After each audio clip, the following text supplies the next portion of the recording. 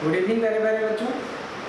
आज हम लोग हाइड्रोकार्बन में लास्ट क्लास तक हम लोग ने प्रिपरेशन रिएक्शन पढ़ा था और प्रिपरेशन रिएक्शन में हमने वुड्स रिएक्शन और कोरी हाउस सिंथेसिस तक सारी बातें डिस्कस कर ली थी।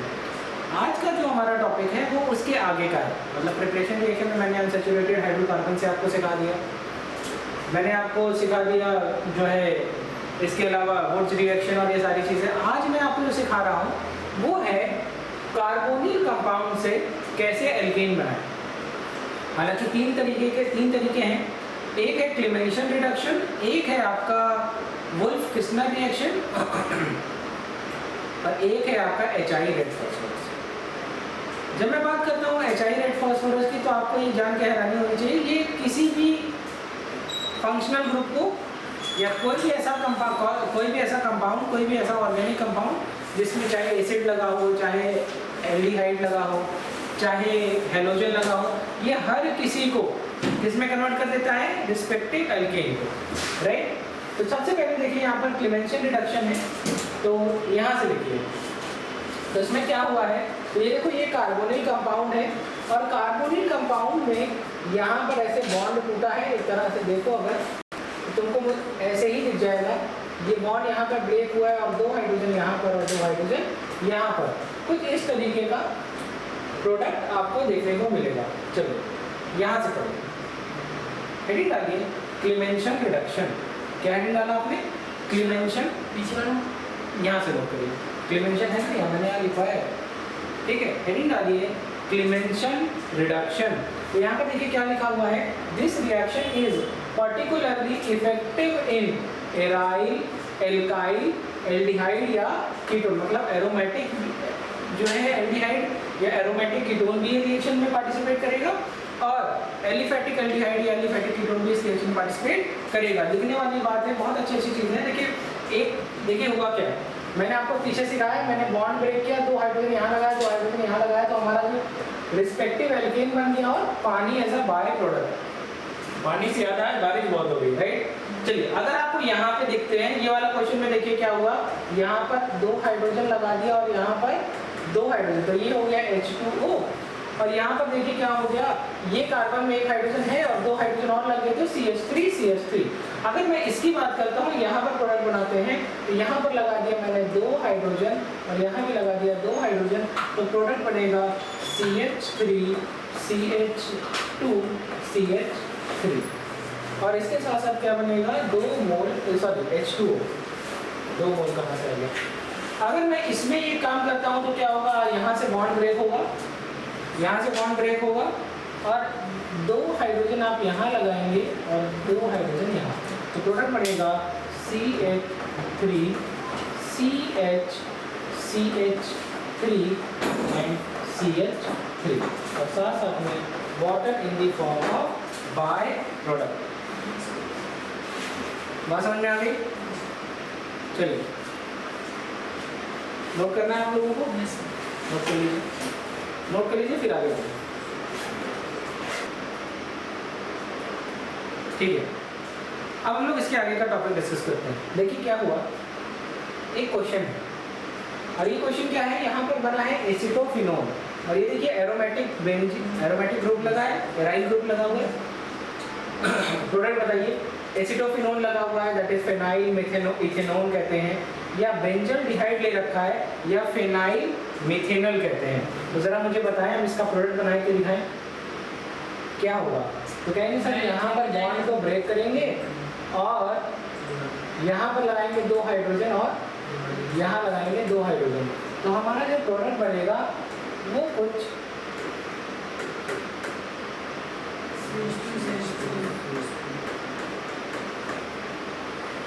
ठीक है।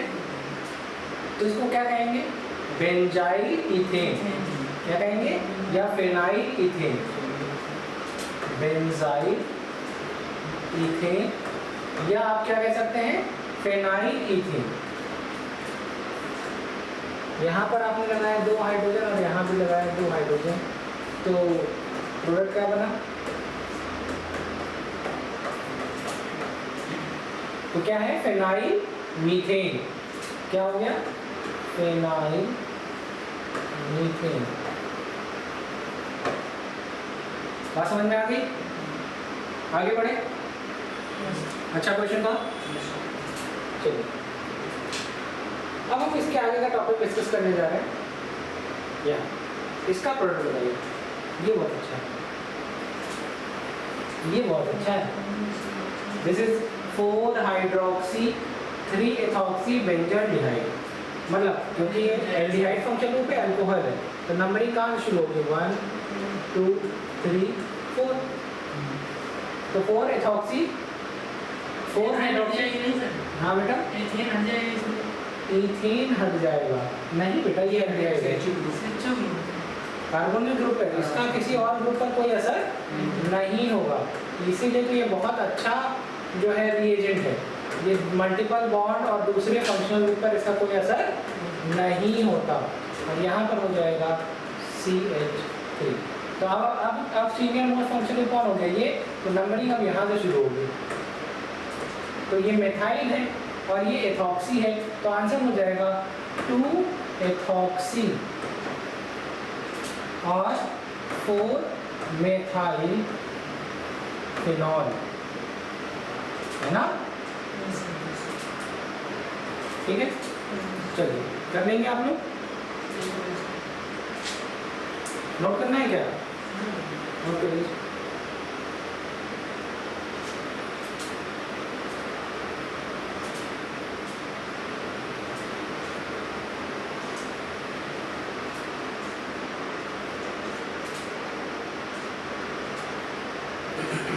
मैं आगे बढ़ जाऊं? लिख रहे हैं में आ रहा है। आज तो ज़्यादा से ज़्यादा बच्चे लाइव क्लास में ही हैं। चलो अगली रिएक्शन है, देखिए this is Wolff Kishner reaction. कौन सी रिएक्शन है? Wolff Kishner reaction. एक रिएक्शन मैंने आपको पढ़ा दिया। और यहाँ पर भी कुछ नहीं हो रहा है कि कार्बोनिल की जगह क्या हो रहा है? 2 हाइड्रोजन यहाँ लगा रहे हैं, 2 हाइड्रोजन, एकदम बिल्कुल सेम है। तो ये है वुल्फ किश्नर रिएक्शन, रिडक्शन। चलिए अब यहाँ पर लिखिए इस तरीके से। अगेन बिल्कुल ये क्या है? कहेंगे इसको कहते हैं हाइड्राजीन। क्या कहते हैं?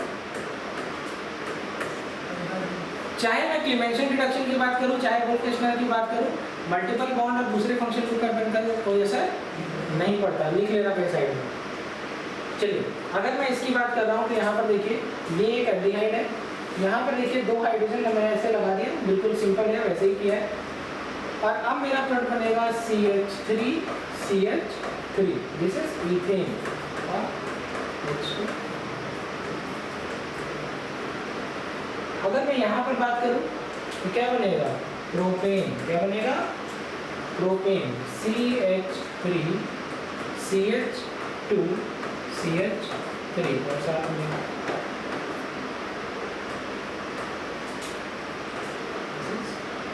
प्रोपेन आ गया। नोट करिए,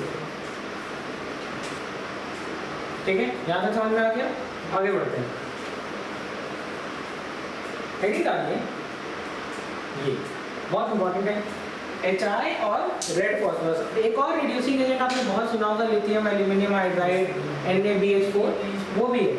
लेकिन हम इसकी बात करेंगे HI रेड फॉस्फोरस। इसको हम कहते हैं नगाई मेथड। और जनरली ये क्या करते हैं? ये ऑर्गेनिक कंपाउंड से क्या निकालते हैं? ऑक्सीजन निकालते हैं। और इसको वहाँ पर क्या बना रहे? जैसे सिर्फ ऑक्सीजन ही नहीं, ये नाइट्रोजन भी निकालते हैं। और ये ऑर्गेनिक कंपाउंड जैसे कि अल्कोहल या कार्बोक्सिलिक एसिड या हेलो एल्केन, इन सबको रिस्पेक्टिव एल्केन में बदल देते हैं। किसमें बदल देते हैं? Respective alkane. जैसे यहाँ पर एक सिंपल सा कोई कार्बोनिल कंपाउंड है और ये यहाँ पर क्या करा रहे हैं? अगेन यहाँ पर तो बहुत सिंपल सी बात है, तुमको ऐसा दिख रहा है कि इसका ये रिडक्शन करा दे रहे हैं, राइट? लेकिन अगर तुम यहाँ पर देख रहे हो तो यहाँ पर अल्कोहल है और यहाँ पर प्रोडक्ट क्या बनेगा? तो प्रोडक्ट देखो क्या बनेगा? ये अल्कोहल को वहां से, इसका तो ये यही करा दे रहे हैं, CH2CH2। ये वाला तो बात तुमको समझ में आ गया, इसका तो पहले भी तुम करते आए हो। लेकिन इस अल्कोहल का क्या हुआ? अल्कोहल यहाँ से हट गया और वहां पर क्या आके लग गया? हाइड्रोजन। क्या आके लग गया? हाइड्रोजन। दिख रहा है ये प्रोडक्ट? अगर इसी की जगह मान लो तुम NH2 NH2 लेते, ये दैट इज हाइड्रोजीन, या फिर जीन का एमालगम लेते, दैट इज क्लीमेंसन रिडक्शन या वुल्फ किस्नर रिडक्शन कराते। दोनों जगह पे प्रोडक्ट पता क्या बनता, दोनों जगह पे प्रोडक्ट बनता कुछ और वो प्रोडक्ट ये होता। ये वाले में तो कोई दिक्कत नहीं है, लेकिन यहाँ पर क्या रह जाता, मतलब इसका मतलब in Clemmensen reduction and Wolff Kishner reduction they do not disturb other functional group and multiple bond. Yeah, there will be no effect on they do not effect on other multiple bond और functional group, जबकि ये सबका ही reduction करा देता है। कुछ भी होगा उसको क्या हटाएगा, वहां क्या लगाएगा, हाइड्रोजन। कौन, HI रेड फास्फोरस, बहुत इंपॉर्टेंट है। ओके, बहुत छुट्टियां मार दी तुमने, महाराज आए तो भीगते हुए। हाँ चल, ये देखो, ये सिंपली देखो, कोई भी कार्बोनिल कंपाउंड है, चाहे क्लीमेंशन लो, चाहे वुल्फ किस्नर लो, चाहे रेड फास्फोरस, रिस्पेक्टिव क्या हो रहा है, एल्केन में कन्वर्ट हो रहा है। हालांकि एक बहुत इंटरेस्टिंग बात है, यहाँ पर मैंने अगर यहाँ पर कुछ और ग्रुप भी लगा होता तो वुल्फ किस्नर और क्लीमेंशन उसको डिस्टर्ब, लेकिन HI रेड फास्फोरस क्या कर देता, हाइड्रोजनेशन करा देता, हटाता, वहाँ हाइड्रोजन लगवा देता। और समझ में आ गई? चलो ओके, ये जनरल वे में मैंने आपको लिख करके दिखा दिया। आगे बढ़ जाएं।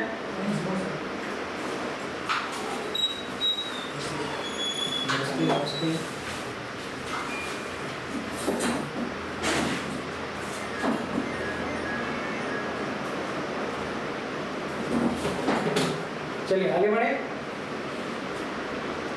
चल एक क्वेश्चन डिस्कस कर ले क्या, कि क्वेश्चन ही डिस्कस कर लेते हैं, राइट। क्वेश्चन ये है कि हमने, हालांकि मैंने डिस्कस कर लिया है,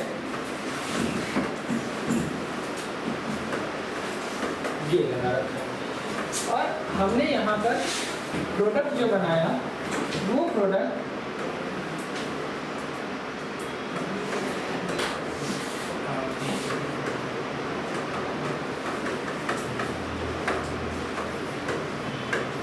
ये बना। अब बात आती है कि कौन सा बेस्ट रिएजेंट है। पहला ऑप्शन है NH2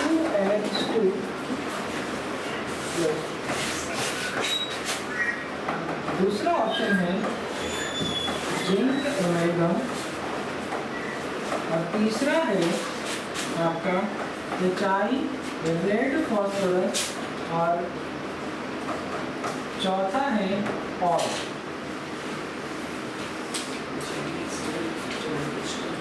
ठीक है, चौथा है ऑल। बताइए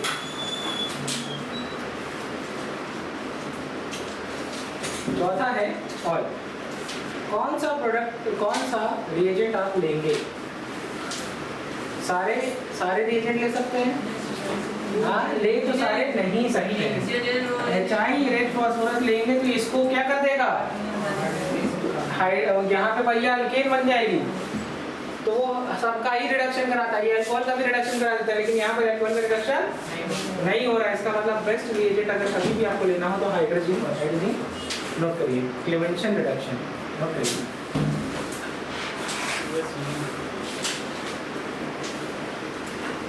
बंद कर दो यार पहले बच्चा, तो इसी की हवा सबको मिले।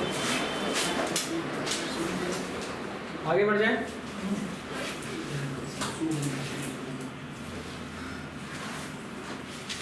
चलिए फाइन, डन। अभी कुछ भी नहीं लिख पाए, कोई बात नहीं, आप इसके बाद से लिखना, एक दो पेज छोड़ दो, अपने पीछे दोस्तों से पूछ लो कितनी जगह छोड़ दी जाए, और फिर हम लोग आगे डिस्कस करते हैं। चलिए आगे बढ़े, नोट करिए।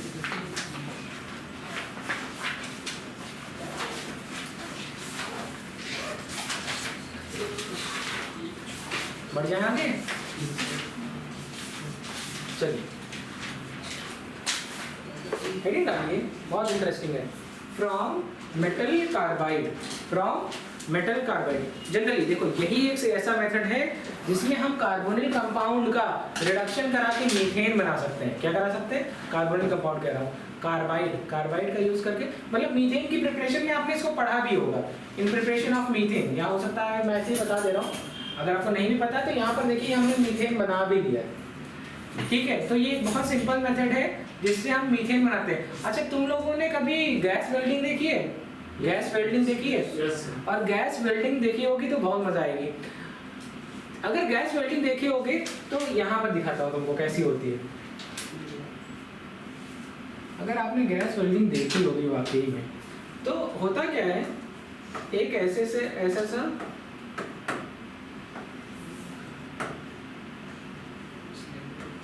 ऐसा होता है, yes, और यहाँ से एक पाइप निकलती है, ठीक है, और इसके पास वेल्डिंग वाले के पास एक बढ़िया सी टॉर्च होती है,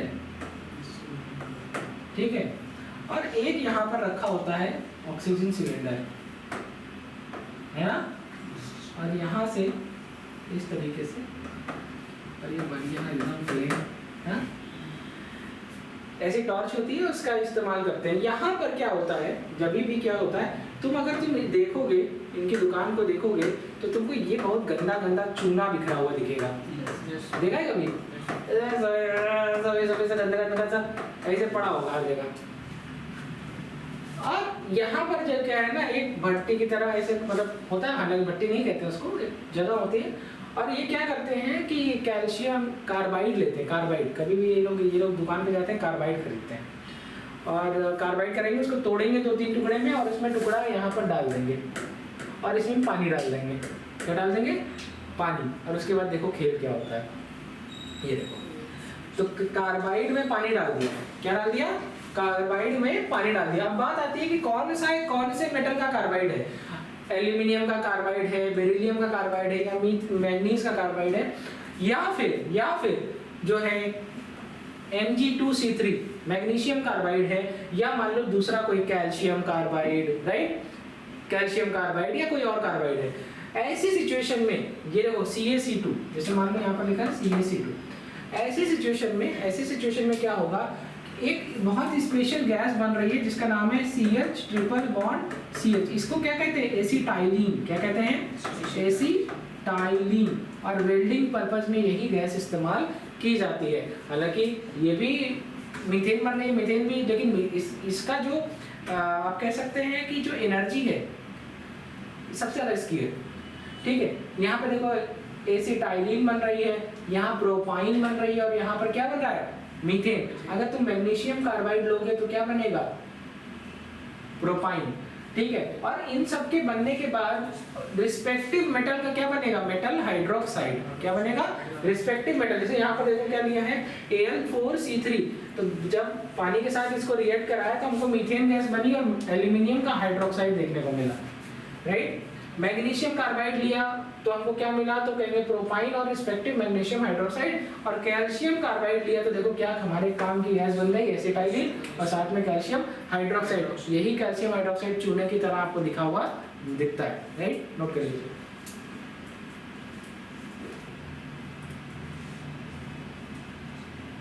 पढ़ते हैं आगे, राइट। डन। कैल्शियम कार्बाइड 2 मोल पानी, और इसके बाद लिखिए। अब यहाँ पर बहुत इंटरेस्टिंग बात है, कई सारी बातें हमें सीखने को मिलेगी। लिखा है कि number of pi bond in metal carbide. Aluminium, beryllium और मैग्नीज के मेटल कार्बाइड को छोड़ दें तो लमसम सब में कितने पाई बॉन्ड होंगे? 2 पाई बॉन्ड होंगे। ट्रिपल बॉन्ड में 2 पाई बॉन्ड होता है। किसी भी 2 स्पीशीज के बीच में ट्रिपल बॉन्ड है तो क्या होगा? 2 पाई 1 सिग्मा। और करिए नंबर ऑफ सिग्मा बॉन्ड कितने होंगे? तो जितने कार्बन होंगे उससे 1 कम, जितने कार्बन होंगे उससे 1 कम। नोट कर लीजिए। जितने कार्बन होंगे उससे एक कम। आगे बढ़ जाओ, नोट हुआ?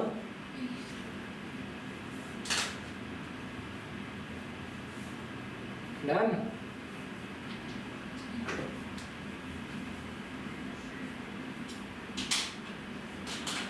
आप में से कुछ बच्चे लिखते लिखते सोचने लगते हैं, लिख तो लो।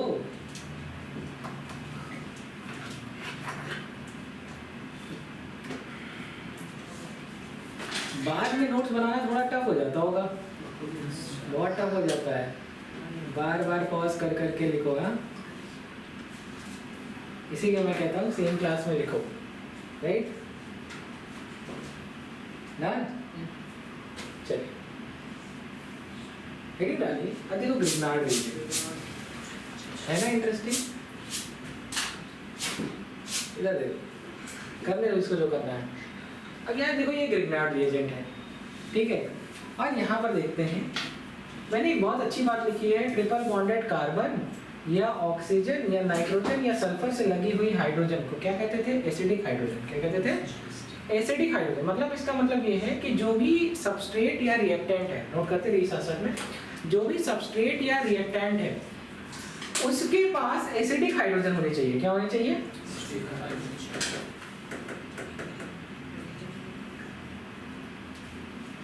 रिएजेंट तो ये है Grignard, this is reagent, this is substrate या रिएक्टेंट। अब होगा क्या कि यहाँ पर कुछ नहीं करना है, ये करना है, वही एसिडिक हाइड्रोजन का खेल है। देखो क्या बना, तो रिस्पेक्टिव हाइड्रो एल्केन बना, रिस्पेक्टिव एल्केन बना, और ये एक यहाँ पर देखिए C2H5 है और एक हाइड्रोजन और लग गया, तो क्या बन गया? C2H6। और क्या बन गया? तो कहेंगे सर देखिए मेरा, देखिएगा क्या लिखा हूँ मैं, यहाँ पर लिख रहा हूँ वही MgBr जो है, और यहाँ पर यही OH आकर के लग जाएगा। क्या लग जाएगा? OH, right. इन सब में से आप कुछ बना पाएंगे?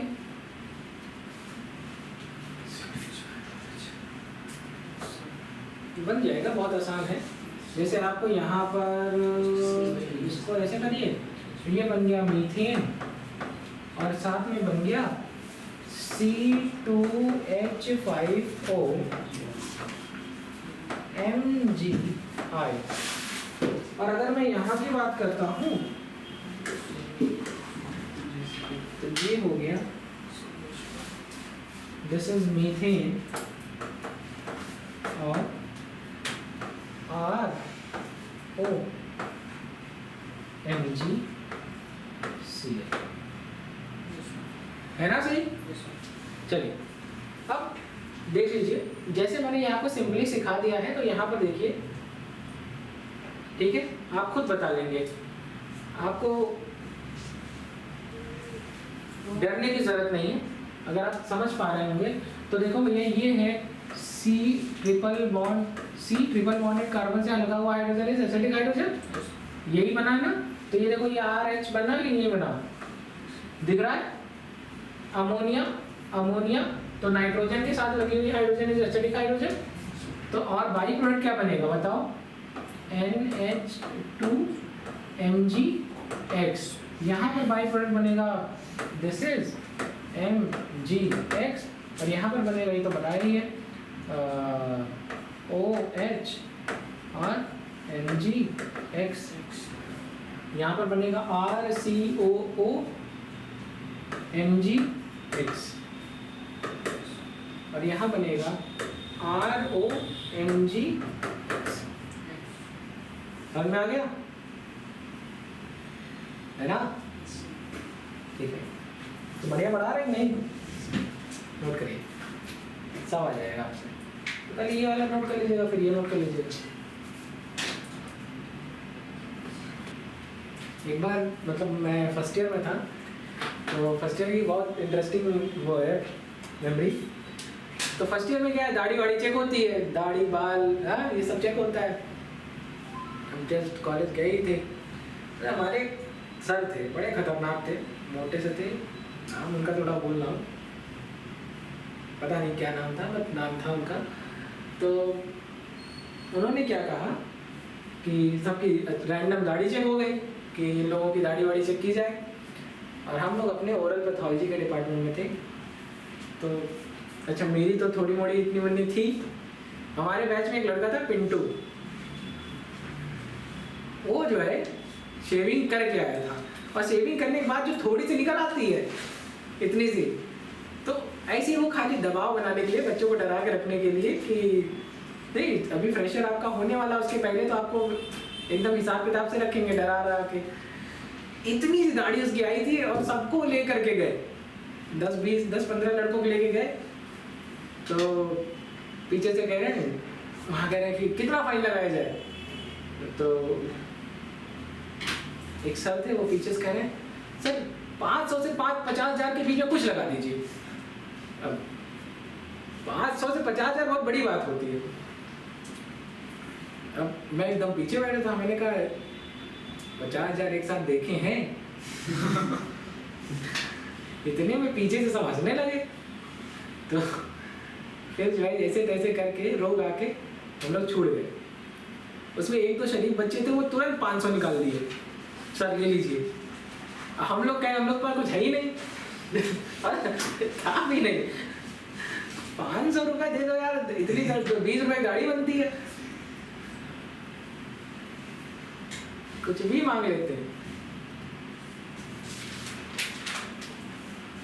चले आगे बढ़े यार। सर वो आपने कैसे लिखा है? क्या हमने कैसे लिखा है? पेन से लिखा है बेटा। हाँ तो ये ऐसे मतलब ये बॉन्ड बना दिया, वो काटना था उतना टाइम लगता, तो मैंने अच्छा नहीं किया, मैंने इसको लिख दिया। अब लिख दो, ठीक चले।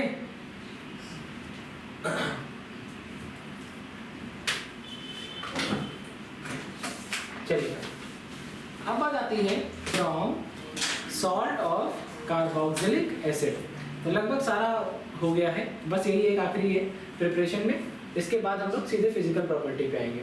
तो देखिए from salt of carboxylic acid, और इसमें जो हेडिंग डाली है by decarboxylation of sodium salt of fatty acid.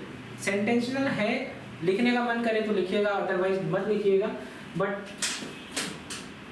मतलब इसके रिएक्शन में ऑलरेडी लिखवाऊंगा। लिखा हुआ है कि sodium salt of carboxylic acid that is RCOONA। सो अगर कहीं पे लिखा हो sodium salt of carboxylic acid, तो आप इसको सिंपली लिख सकते हैं RCOONA। यही होता है, like this RCOONA। This is sodium salt of carboxylic acid, right? समझ में आ गई बात? अगर मन करे तो वैसे लिखना।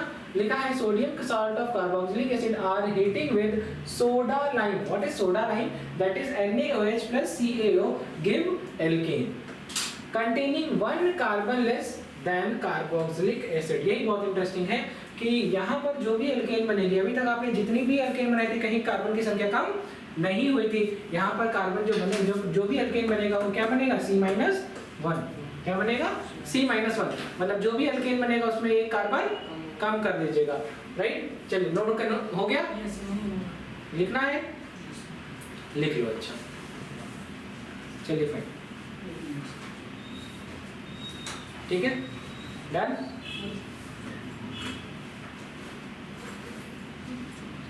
नोट करो बेटा।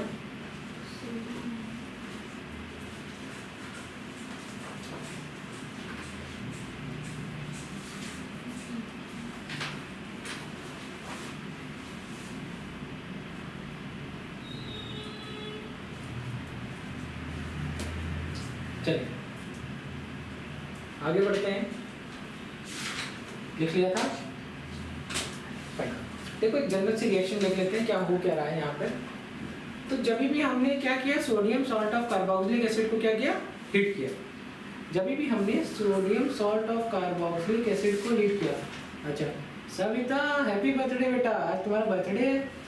हाँ देखा मैंने, तुम्हारे पापा ने स्टेटस लगा रखा था, हैप्पी बर्थडे। हाँ तुम बताओ, गलत टाइम पे बारिश हो गई, तुमको छुट्टी करनी पड़ गई यार।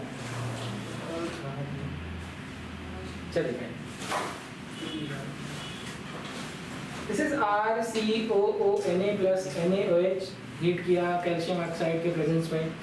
तो यहाँ पर जो हमें प्रोडक्ट मिला, देखो कितनी अच्छी सी बात है, ये जो कार्बन है ये कार्बन यहाँ पर नहीं आया, एक कार्बन कम हो गया, एक कार्बन कम हो गया, ठीक है।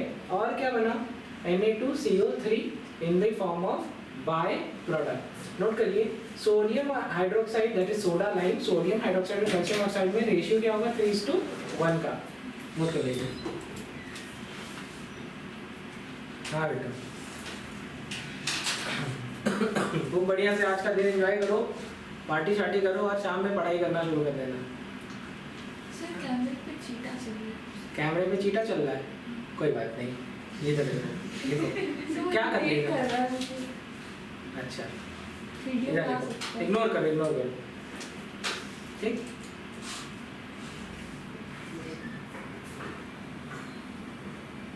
ऐसा लग रहा है अब मम्मी नहीं पता, ये लड़का खुद चुड़ैल पीछे लगा नजर उतर रही है। चलिए एक एग्जाम्पल है, अरे अपनी अपनी कहानी बाद में। ये देखो सिंपल है, यहाँ से देखो क्या हुआ। अरे सॉरी एक और ऑक्सीजन हो गया।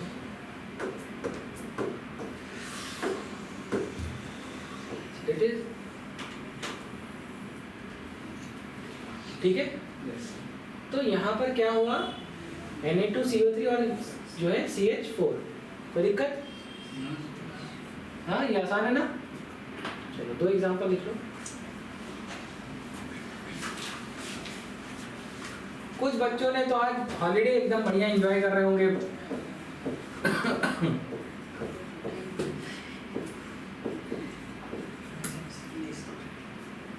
चिप्स वगैरह लेकर के आए हैं।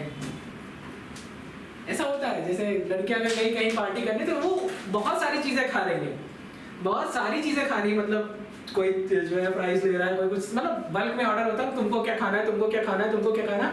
फिर वो एक टेबल पे आता है, पहले उसका खूब स्नैप बनता है। हाँ? सब अपने अपने फोन से बनाते हैं, खाएंगे नहीं, सब अपने अपने फोन से पहले स्नैप बना लेंगे, अच्छा आया कि नहीं आया। उसके बाद क्या होता है, वो लोगों ने खाया, अपना एंजॉय किया, उसके बाद क्या करेंगे, वही हिसाब होगा। ऐसा नहीं है घर जाके हिसाब होगा कि इतने कितना बिल आया, बिल इतना, एक आदमी पेमेंट करेगा, बाकी सबको भेज देगा कि 1/3 तुम दोगी, 1/3 तुम दोगी, 45.39 रुपया तुम दोगी। हाँ, और उनका चलता है, वो मतलब सेटल्ड है। और घर आके वो ये बात नहीं करती कि क्या खाया, देखो जो है 45 रुपए दिया भी, अब मैंने तो सिर्फ फ्राइज खाई थी, पिज्जा तो मैंने खाया ही नहीं। वो मोटी पूरा पिज्जा भी खा गई, फ्राइज भी खा गई। अब लड़कों में ऐसा क्या, लड़कों में क्या हो रहा है, लड़कों का सीन तो बहुत इंटरेस्टिंग है। लड़के गए 3, पैसा 2 के बाद नहीं है, और है भी तो देना नहीं है। उसमें एक आदमी जो है वो ऑर्डर कर रहा है, बाकी कुछ बोल ही नहीं रहा है, क्या अरे जो मन करे मंगा लिया, जो मन करे मंगा लिया, भी नहीं कि नहीं मेरे लिए ऑलिव ऑयल वाला पिज्जा ले आओ। लड़कों का तो पिज्जा का तो शौक ही नहीं होता। मतलब बहुत अलग टाइप के लड़के होंगे जो लगातार पिज्जा विज्जा खाने जाते हो। मैंने लड़कों को इतना पिज्जा खाते हुए नहीं देखा। मतलब मुझे पर्सनली ऐसा लगता था कि पिज्जा से ज्यादा वैल्यूएबल वो बिरयानी और बाकी की चीजें हैं, उतने पैसे में ज्यादा कुछ आ जाती है, पेट वेट भी भर जाता है। कि लड़कों को काम करना है, हाँ लड़कों को काम करना है। तो जब मैं तैयारी करता था तो मैं पिज्जा नहीं खाता था। क्यों नहीं खाता था?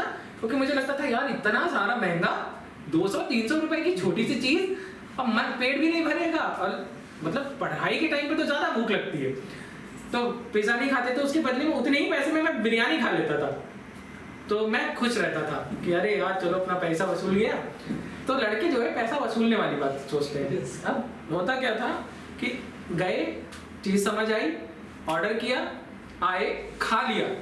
फोटो तो बहुत दूर की बात है, फोटो तो कभी खींची ही नहीं।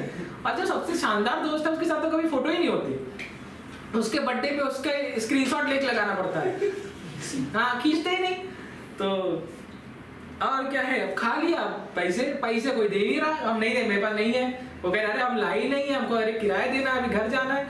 तो एक आदमी जो है वो बेचारा निकाल के देता, उसको कभी वापस नहीं मिलता, और लड़के मांगते भी नहीं। जैसे नहीं, ये नहीं फोन करके भैया वो समोसा खिलाए तो 5 रुपए दे देना, मांगते ही नहीं। उनको पता है कि एक बार दे दिया, अगली बार कभी जाएंगे तो भाई खिलाएगा। हाँ, तो ठीक है, लड़कों का हिसाब ये सही है कि या तो देंगे या तो नहीं देंगे। नहीं, हर पार्टी में देने वाला वसूली नहीं है। तो ठीक है, मुझे लगता है कि लड़के इस मामले में बेहतरीन आदमी होते हैं, लड़कियों को सीखना चाहिए। लड़कियां भी नहीं देती। ऐसी भी होने लगी क्या? मैंने अब तक में नहीं देखी। नहीं, अभी नया वैरायटी आ रहा होगा तो, बट ऐसा नहीं है, होती होंगी कुछ पागल टाइप की।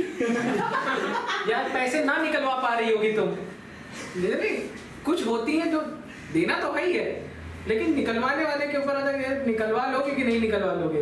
हाँ, कुछ होती होंगी तो नहीं देती होंगी, है ना? ना लेती है ना देती। लेती भी नहीं और देती भी नहीं, मतलब वो वहाँ जैसे पार्टी करने की तो वहाँ क्या करते हैं फिर, वो साइड वाइड होती है। नहीं लाते ये थोड़ी ना करेंगे कि नहीं तुम नहीं खाओगे, तो उसको वो भी खा सकता है ना।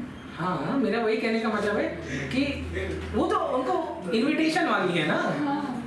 अच्छा, मतलब जैसे 4 गई, एक को एक रास्ते मिल गया, तुम भी चलो, तो वो पैसा नहीं देती इनके में। ये चलो, ये एक चीज है, लड़कों में तो ऐसा होता ही नहीं। ठीक है, नोट करिए। हेडिंग डालिए कोल्बी इलेक्ट्रोलिसिस। कोल्बी इलेक्ट्रोलिसिस में क्या होता है कि हमने क्या किया कि सोडियम सॉल्ट और व्हाटएवर द सोडियम सॉल्ट, कोई भी एसिड का हमने सोडियम सॉल्ट लिया और इसकी हमने क्या करा दी, इलेक्ट्रोलिसिस। अब यहाँ पर इंटरेस्टिंग चीज कुछ और है, एग्जाम में कुछ और क्वेश्चन आते हैं। एग्जाम में क्वेश्चन ये नहीं आता कि क्या बनेगा क्या नहीं बनेगा, क्या कैसे बनेगी। एग्जाम में क्वेश्चन आता है कि भैया एनोड पर क्या डिपॉजिट होगा, क्योंकि हम इलेक्ट्रोलिसिस करा रहे हैं। कैथोड पर क्या डिपॉजिट होगा, ये इंटरेस्टिंग है। इसमें डिपॉजिट क्या होगा वो इंटरेस्टिंग है। तो देखिए, एनोड पर डिपॉजिट होगा एल्केन और कार्बन डाइऑक्साइड, और कैथोड पर डिपॉजिट होगा जो है हाइड्रोजन और सोडियम हाइड्रोक्साइड। यही इंटरेस्टिंग था इस मामले में, इसमें कोल्बी इलेक्ट्रोलिसिस। नोट करिए, ठीक है।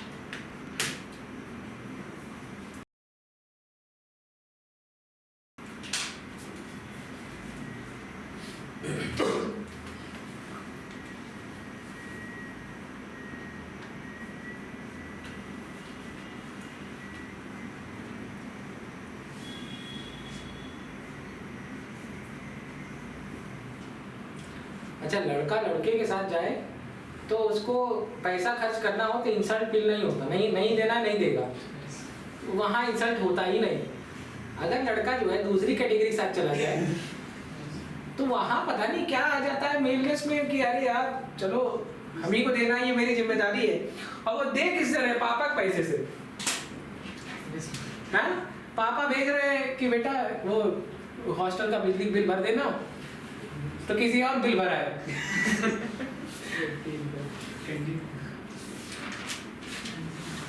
नहीं, जब खुद कमाइए तो बिल भर दीजिए, कोई बात नहीं। अब पापा पैसे तो दूसरे के बिल भरो तो गलत है। हाँ, इसे 3 समोसा मिल गया तो 1 समोसा दे दो, चलो अच्छी बात है। 2 खाओ, 1 दे दो, वो छोटे समोसे क्या। तो अभी जब पढ़ाई कर रहे हो तो ज्यादा महंगी जगह मत जाओ। हाँ, जहाँ 10, 20, 30 रुपए में काम हो जाए। जब कमाना तो फिर जहाँ मन करे जाना।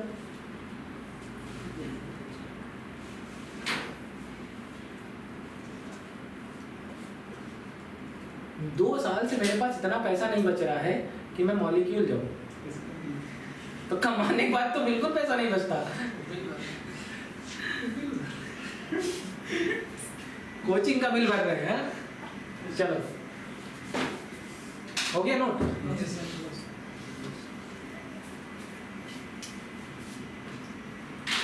हो गया नोट, हो गया। चलिए भाई, अब रिएक्शन की मैकेनिज्म लिख लीजिए। रिएक्शन की मैकेनिज्म लिख लीजिए। और रिएक्शन इंटरमीडिएट क्या है यहाँ पर, फ्री रेडिकल। क्या है, फ्री रेडिकल। तो मैकेनिज्म लिखिए कि किस तरीके से रिएक्शन होती है एनोड पर और किस तरीके से रिएक्शन होती है कैथोड पर। नोट करिए, ठीक।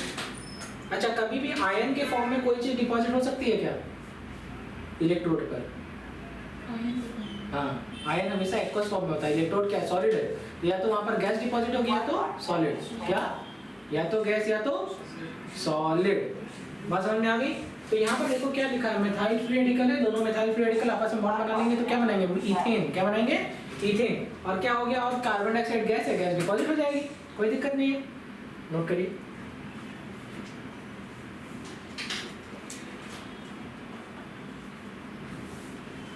चलिए फाइन, डन।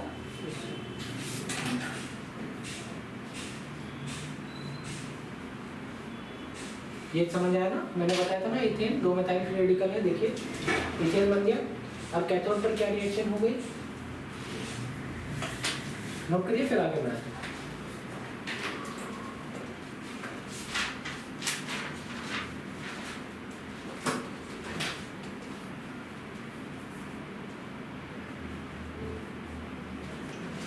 डन, नोट कर लीजिए।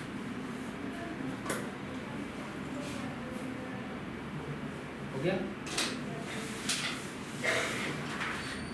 Done. Physical property of physical property of, सबसे पहली बात ये है कि C1 से लेकर के C4 मतलब मीथेन, इथेन, प्रोपेन, ब्यूटेन, ये सब कैसे होंगी, गैसेस होंगी।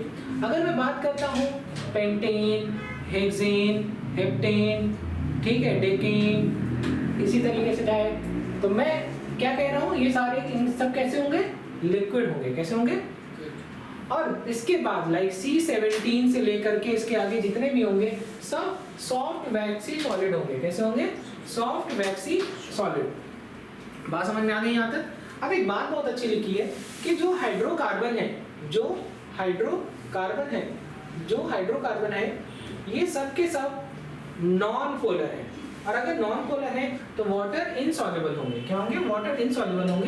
क्यों होंगे ऐसा, क्योंकि जो कोवैलेंट, क्योंकि इनके बीच में कार्बन कार्बन के बीच में और कार्बन हाइड्रोजन के बीच में कौन सा बॉन्ड है, कोवैलेंट बॉन्ड है। और ये जो मॉलिक्यूल है इनमें कौन सा फोर्स ऑफ अट्रैक्शन हमें देखने को मिलता है, weak van der Waals force of attraction देखने को मिलता है। तो जैसे जैसे मॉलिक्यूलर वेट बढ़ता है वैसे वैसे फोर्स ऑफ अट्रैक्शन भी बढ़ता है, जिसकी वजह से नॉन पोलैरिटी बढ़ती है।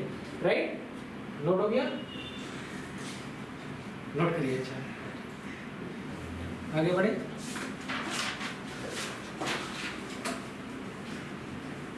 ठीक है, देखिए हेडिंग डालिए, बॉइलिंग पॉइंट। और